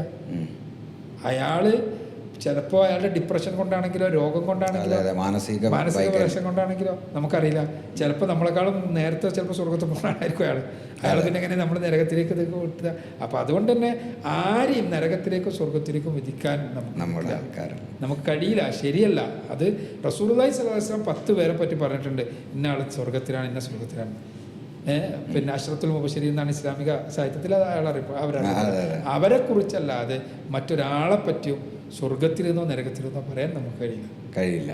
അപ്പം നമുക്ക് ഇപ്പം ഇതിൽ ഭരണകൂടങ്ങളോട് എങ്ങനെ പെരുമാറി, അതിൽ നിങ്ങളുടെ ഒരു എക്സ്പീരിയൻസ് എങ്ങനെയായിരുന്നു? ഭരണകൂടങ്ങൾ സ്വാഭാവികമായിട്ടും പല രൂപങ്ങളിലുള്ള ഭരണകൂടം ഉണ്ടാവും. നമുക്ക് നമ്മുടെ രാജ്യത്ത് ഇസ്ലാമികമായിട്ടുള്ളൊരു ഇത് പറഞ്ഞാൽ നമ്മൾ ഒരു രാജ്യത്തിൻ്റെ സിറ്റിസൺസ് ആകുമ്പോൾ ആ രാജ്യത്തോട് നമ്മൾ എന്നൊരു കരാറുണ്ട്. ആ കരാർ എന്താണ്? രാജ്യത്തിലെ നിയമവ്യവസ്ഥ അനുസരിച്ച് ജീവിക്കുന്നതാണ്. ആ കരാർ പാലിക്കാൻ നമ്മൾ ബാധ്യസ്ഥമാണ്. അതുകൊണ്ട് തന്നെ നിയമവ്യവസ്ഥക്ക് പുറത്തുള്ള ഒരു കാര്യം ചെയ്യാൻ നമ്മൾക്കൊരിക്കലും പാടില്ല. ഒരു ഇസ്ലാമിക രാഷ്ട്രത്തിലാണെങ്കിൽ പോലും പാടില്ലാത്തത് ഒരു സെക്കുലർ രാഷ്ട്രത്തിൽ നമുക്ക് ഒരിക്കലും പറ്റില്ല. ഞാൻ ഉദാഹരണത്തിന് പറയാം, ഒരു ഇസ്ലാമിക രാഷ്ട്രത്തിലാണ് ഞാൻ ജീവിക്കണമെന്ന് വിചാരിക്കുക. എൻ്റെ ജ്യേഷ്ഠനെ ഒരാൾ കത്തി കൊണ്ട് കുത്തിക്കൊല്ലണേ ഞാൻ കണ്ടു. ആ സമയത്ത് എനിക്ക് പ്രതിരോധിക്കാം, ആ സമയത്ത് അയാളെ കൊല്ലേണ്ടി വന്നാൽ എനിക്ക് കൊല്ലും ചെയ്യാം. പക്ഷെ ഞാനിത് കണ്ടു, സെൽഫ് ഡിഫെൻസ് ഇത് കണ്ടു. അതിനുശേഷം അയാൾ ഓടിപ്പോയതിൻ്റെ ശേഷം ഞാൻ അയാളെ പിന്തുടർന്ന് അയാളതാക്കി അയാളെ പിടിച്ച് കൊല്ലുകയാണെങ്കിൽ ഇസ്ലാമിക രാഷ്ട്രത്തിൽ ഞാൻ കൊലയാളിയാണ്. നേരത്തെ ഡിഫെൻസ് ചെയ്യുന്ന ആളാണ്, ഇപ്പോൾ കൊലയാളിയാണ്. ആ കൊലയാളിൻ്റെ ശിക്ഷയാണ് എനിക്കുണ്ടാവുക. ഞാൻ നേരെ കണ്ടതാണ്. ഇതേപോലെ തന്നെയാണ് സെക്കുലർ രാജ്യത്തും. ഞാനിവിടുന്ന് എൻ്റെ ഒരാളെ കൊല്ലുന്നത് കണ്ടു, അല്ലെങ്കിൽ എനിക്കറിയാം. ഇസ്ലാമിക രാഷ്ട്രം, അവിടെ ഇസ്ലാമിക രാഷ്ട്രത്തിൽ വേറെ ഒന്നും കൂടി പറയാം, അവിടെ അങ്ങനെയാണ്. എന്നിട്ട് ആ ഒരു കൊലയാളിക്ക് ശിക്ഷ കൊടുക്കുന്ന രാഷ്ട്രം പരാജയപ്പെട്ടു എന്ന് വിചാരിച്ചോ. ഇപ്പോൾ ഇസ്ലാമിക രാഷ്ട്രത്തിലെ ഒരു കൊലയാളി, അയാൾക്ക് ഇതിൽ തെളിവില്ല, ഞാൻ പറഞ്ഞ മാത്രം തെളിവ് അല്ല, അപ്പം ഞാൻ പറഞ്ഞ തെളിവ് മാത്രമേ ഉള്ളൂ, എൻ്റെ ജ്യേഷ്ഠനെ കൊല്ലണേ. അപ്പോൾ പക്ഷേ തെളിവില്ലാത്തതുകൊണ്ട് തന്നെ ഇസ്ലാമിക രാഷ്ട്രം അയാളെ നിരപരാധി എന്നിട്ട് വിട്ടയച്ചു. എന്നാൽ ഞാനെന്താ ചെയ്യുക? ഒന്നുമില്ല, രാഷ്ട്രം പറഞ്ഞാൽ കേൾക്കുക, വേറെ മാർഗ്ഗമൊന്നുമില്ല. അതേപോലെ തന്നെ എന്ത് ചെയ്യണം? ഇന്ത്യയിൽ ഞാൻ എന്ത് ചെയ്യണം? എൻ്റെ ജ്യേഷ്ഠൻ ഒരാളെ കൊല്ലുന്നത് കണ്ടാൽ ഞാൻ ആ രാജ്യത്തിന് പരാതി കൊടുക്കണം. അതിന് പരമാവധി നിയമം മൂലം ഞാൻ പോരാടണം. നിയമം മൂലം പോരാടിയിട്ട് എനിക്ക് നീതി കിട്ടിയിട്ടില്ലെങ്കിൽ പടച്ചോൻ കൂടെ ഇസ്ലാമിക വിശ്വാസം അനുസരിച്ച് തന്നെ എല്ലാ നീതിയും ഇവിടെ നടക്കൂല. അതിനാണ് പരലോകം. മാലിക് യൗമുദ്ദീൻ പടച്ചോനാണ്. ആ പടച്ചോനക്ക് അറിയാം ആര് തെറ്റ് ചെയ്തു, ആര് ശരി ചെയ്തു. എല്ലാ വിധിയും അവിടെ നിന്നാണ്. ആ പരലോകത്ത് വെച്ചിട്ട് അതിലാണ് നമ്മൾ പ്രതീക്ഷ അർപ്പിക്കുക, അല്ല ഇവിടുത്തെ വിധിയിലല്ല. ഇവിടെ ഇപ്പോൾ പരമാവധി ശിക്ഷിക്കാൻ കഴിഞ്ഞാൽ തന്നെ എത്ര ശിക്ഷിക്കുക? ഇപ്പോൾ പലസ്തീനിലെല്ലാം 10,000 പാവപ്പെട്ട പൈതമക്കളെ കൊല്ലുന്ന ആളെ ഒരു അന്താരാഷ്ട്ര കോടതിക്ക് പിടിച്ച് ശിക്ഷിക്കാൻ പറ്റും, എന്ത് ചെയ്യാൻ പറ്റും? ആളെ കൊല്ലാൻ പറ്റുമായിരിക്കും പരമാവധി. ഒരു വട്ടമല്ലേ കൊല്ലാൻ പറ്റുള്ളൂ. ഈ പൈതങ്ങളെ, ഈ പ്രയാസപ്പെട്ട, ഈ ദുരിതം സഹിച്ച അവരുടെ മുഴുവനും പ്രയാസങ്ങളെ പൂർണ്ണമായി അറിയാവുന്ന അള്ളാഹുവിൻ്റെ കോടതിയിൽ ഇവർ നിൽക്കേണ്ടി വരും. നമ്മുടെ വിശ്വാസം അതാണ്. അത് വസ്തുതയാണ്, വെറുതെ വിശ്വാസമല്ല, ആ വസ്തുതയാണത്. അവർ നിൽക്കേണ്ടി വരും. ആ കോടതിയിൽക്കാണ് നമ്മൾ ഇത് വെക്കുക. അപ്പോൾ ഒരു രാഷ്ട്ര സംവിധാനത്തിൽ നമുക്ക് അനീതിയോ ഒരു പ്രയാസങ്ങളോ ഉണ്ടെങ്കിൽ ആ രാഷ്ട്ര സംവിധാനത്തിൻ്റെ എല്ലാ മാർഗങ്ങളും ഉപയോഗിച്ച് അത് പരിഹരിക്കാൻ ശ്രമിക്കും. എന്നിട്ട് പരിഹരിക്കപ്പെട്ടിട്ടുണ്ടെങ്കിൽ പടച്ചവൻ്റെ കോടതിയിലേക്ക് വിടും. അതാണ് ഇസ്ലാമികമായ രീതി. അപ്പോൾ ഈ തീവ്രവാദി എന്നൊക്കെ വിളിച്ചപ്പം കമ്മ്യൂണിറ്റി നിങ്ങളെ ഡിഫെൻഡ് ചെയ്തിരുന്നു. അതെ, ഒരു മുസ്ലിം സമൂഹം മൊത്തത്തിൽ പൊതുവെ എനിക്ക് അനുകൂലമായിട്ട് തന്നെയാണ് നിന്നത്. അപ്പം അന്ന് അതിൽ ഗ്രൂപ്പും ഇതൊന്നും ഗ്രൂപ്പുകളല്ലെങ്കിലും അങ്ങനത്തെ കാര്യങ്ങളിൽ ഉണ്ടാവാറുണ്ട്. ചില അങ്ങനെ ഉണ്ടല്ലോ, എല്ലാറ്റിലും ഗ്രൂപ്പ് കാണുന്ന ആളുകളും എല്ലാത്തിനും എന്തെങ്കിലും പ്രശ്നം ഉണ്ടാക്കാൻ വിചാരിക്കുന്ന ആളുകളെല്ലാം ഉണ്ടാവും. പക്ഷേ മൊത്തത്തിൽ ഇങ്ങനെ തന്നെ ആയിരുന്നു. പിന്നെ എന്താ വെച്ചാൽ എല്ലാ കാര്യങ്ങളിലും അങ്ങനെ തന്നെ നമ്മളെല്ലാ ഒരു വിഭാഗത്തിൻ്റെ ആളായിട്ടല്ലല്ലോ. സ്വാഭാവികമായിട്ടും ഇസ്ലാമിക സമൂഹത്തെയാണ്, ഇസ്ലാമിക ആദർശത്തെയാണ് പ്രതിനിധീകരിക്കുന്നത്. അപ്പോൾ സ്വാഭാവികമായിട്ടും ഞാൻ പിന്നെ സലഫി പ്രസ്ഥാനത്തിലുള്ള ആളാണ്, മുജാഹിദ് പ്രസ്ഥാനമായിട്ട് ബന്ധപ്പെടുന്നയാളാണ്, ആ രൂപത്തിൽ വളർന്ന ഒരാളാണ്. ആ നിലക്കുള്ള ബന്ധങ്ങളും കാര്യങ്ങളും ഉണ്ട്. പക്ഷേ നമ്മൾ ചെയ്യുന്നൊരു വർക്ക് തന്നെ അതല്ലല്ലോ. അതെ, അതുകൊണ്ട് എല്ലാവരും അംഗീകരിച്ചിരുന്നു. അന്ന് ഞാൻ മനസ്സിലാക്കുന്നത് പൊതുവെ മൊത്തത്തിൽ എല്ലാവരും ഒരു സപ്പോർട്ട് ചെയ്തിരുന്നു എന്നാണ്. അപ്പോൾ നമുക്കിത് അവസാനിപ്പിക്കും, ഒരുപാട് സമയമായി. അപ്പോൾ നിങ്ങളോട് ഇനിയും ഒരുപാട് കാര്യങ്ങൾ എനിക്ക് ചോദിക്കാനും പറയാനും ഉണ്ട്. നമ്മളെ സമയത്തിൻ്റെ പരിമിതി, നിങ്ങളൊരു അവൈലബിലിറ്റി ഇനി നെക്സ്റ്റ് ഒന്നുകൂടി വേണം, നമുക്ക് കുറച്ചുകൂടി ഗഹനമായി സംസാരിക്കാം. നിങ്ങളെ ഈ സമയത്തിന് നന്ദി. അസ്സലാമു അലൈക്കും.